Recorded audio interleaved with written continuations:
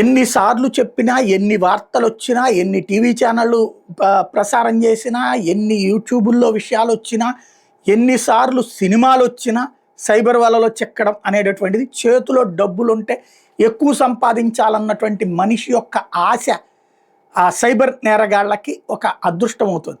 తాజాగా ఇట్లాంటి వ్యవహారమే ఇది గుంటూరు జిల్లాలో జరిగింది. నగరం పాలనకి చెందిన సాఫ్ట్వేర్ ఇంజనీర్ ఆన్లైన్ ట్రేడింగ్ పేరుతో 19 లక్షలు పోగొట్టుకున్నాడు.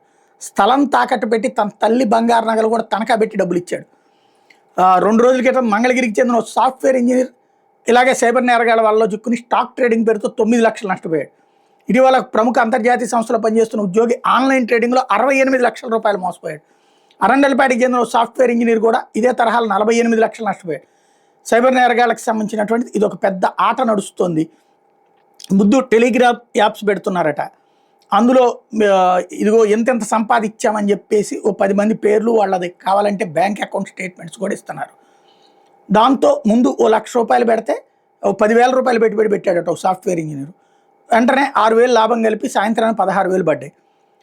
మళ్ళీ టెస్ట్ చేద్దామని చెప్పేసి ₹1,00,000 పెడితే 1,20,000 పడ్డాయి.